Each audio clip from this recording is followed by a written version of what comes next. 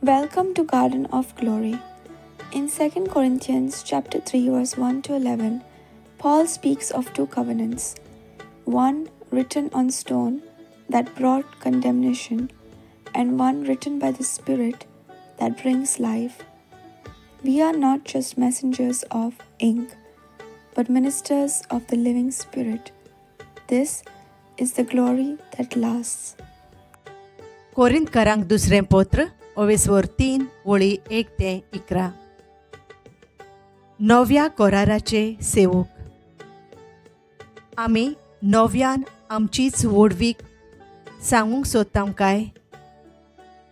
कांय जाणांक गरज आसा तशी तुमकां दाखोवंक वो तुमचे कुडली घेवन दुसऱ्यांक दाखोवंक विस्वासपत्राची आमकां गरज आसा म्हूण दिसता तुमकां? तुमीच आमचे विस्वासपत्र. तें आमच्या काळजांनी बरयल्लें आसा आनी सगळ्यांक तें वाचूंक आनी समजूंक मेळटा. दुबावा विणे क्रिस्ताचें पत्र तुमी आमच्या हातांनी बरोवन काडलोलें. शायेन न्हय पूण जिव्या देवाच्या आत्म्यान. फातराच्या फळयांचेर कांतोयलोलें न्हय पूण मासाच्या काळजाच्या फळयांचेर बरयल्लें. हो विस्वास आमकां क्रिस्ता उदेशी देवा मुखार आसा.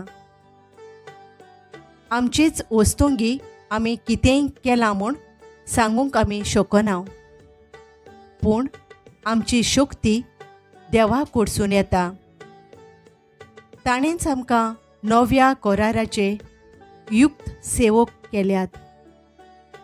ह्या कोरारा प्रमाणे बरयल्ल्या कायद्यांक आमी पाळो दिना, पूण आत्म्याक खालते रावता. कित्याक म्हळ्यार बरयल्ले कायदे जीव काडटात पूण आत्मो जीव दिता. समूर्त अक्षरांनी फातराच्या फळयांचेर कांतोयल्ली आनी देवान ती मोइजेसाक दिल्ली तेन्ना देवाची मोहिमा फांकली. मोइजेसाचे मुखामोळ ते मोहिमेच्या पोरजोळान फांकूंक लागलें, पूण हो पोरजोळ पालोवन वेतालो आनी तरी मोइजेसाच्या मुखामोळाचेर तो इतलो लोकलोकीत आसलो की इस्रायलाच्यो पूत धोव ताचेर आपली नदर लावन दवरूंक शकनासल्यो. मनशांक मरण हाडटा ती समूर्त इतले मोहिमेन देंवून आयली जाल्यार आत्म्याचो कोरार स्थापोन आयलो तेन्ना कितले अदीक व्हड मोहिमेन तो फांकूंक फावना. आमकां खास्तीचें फर्मोण हाडटा ती सेवा मोहिमेवंत जाली तर आमकां देवाक मानवलोली मनशांक करता ती सेवा कितली अदीक मोहिमेवंत जावंक फावना. खरेंच आतांचे उत्तम मोहिमेक सोर केल्यार आदली मोहिमा कांयच न्हय आसली म्हूण आमच्यान म्हणूंक जाता. कित्याक पालवोन वेचें आसलें तें मोहिमेन फांकलें जाल्यार तोखता तें कितलें अदीक मोहिमेन फांकूंक फावना जायत. Paul says we are living letters, not written with ink, but with the Spirit of the living God. The old covenant, carved in stone, brought death and fading glory. But the new covenant brings righteousness and a surpassing glory. We are not enough in ourselves, but God makes us sufficient by His Spirit.